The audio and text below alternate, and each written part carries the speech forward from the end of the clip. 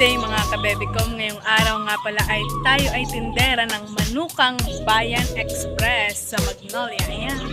Let's go na. Pasok na tayo. Ayan. Dito na tayo. Let's go.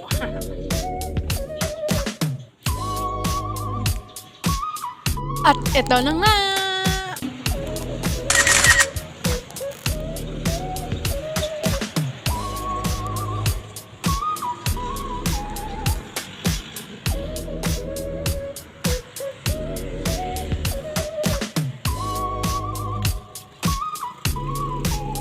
Yan, meron nga pala ditong Royal Elbow Macaroni, Golden Lee, and Super Q.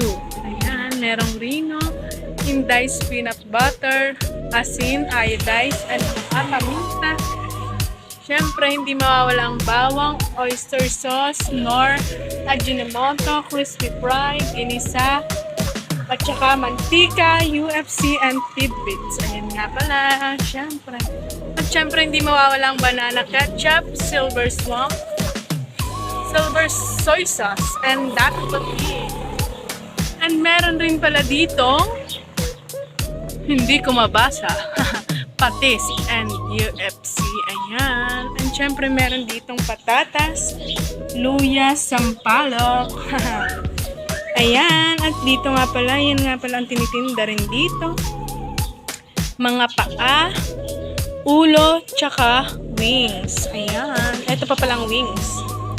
Ayan, legs, and then meron rin sila ditong mga chicken tocino, all around, pang sahog. Ayan, murang-mura ang kilo. Meron din sila ditong atay, balun-balunan. Pwede pong magkahiwalay at pwedeng magkasama. And meron din po ditong manok na buo at saka imported. Imported ba yun? Tsaka mga backbone. Ayan. Ayan. At meron din ditong murang-murang isaw. Ayan. Or bituka ng manok. Ayan. Meron din ditong anong tawag dito? Breast. Ayan. Mga skinless, chicken skin, tocino, and then nike, kikiam, and tender juicy.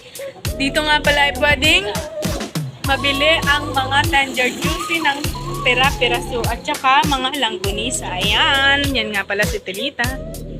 And then dito yung mga stock nila. Ayan. Meron din pong yellow, 5 pesos only, squid balls and yarn, hotdog, bingo.